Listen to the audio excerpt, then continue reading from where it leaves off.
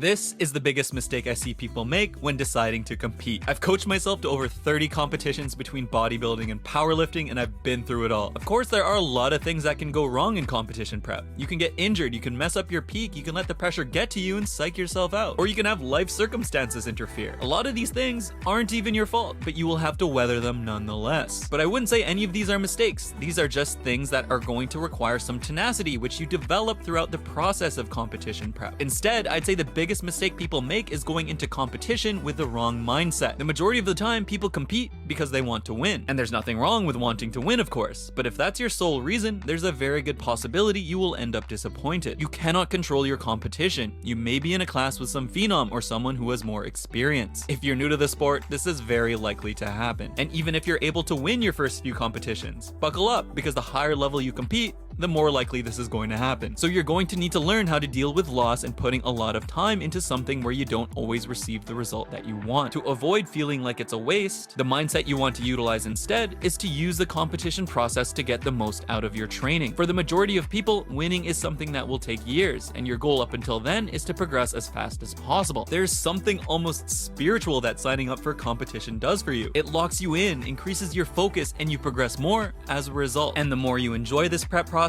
the more you can endure, and the more you're setting yourself up to win in the long run.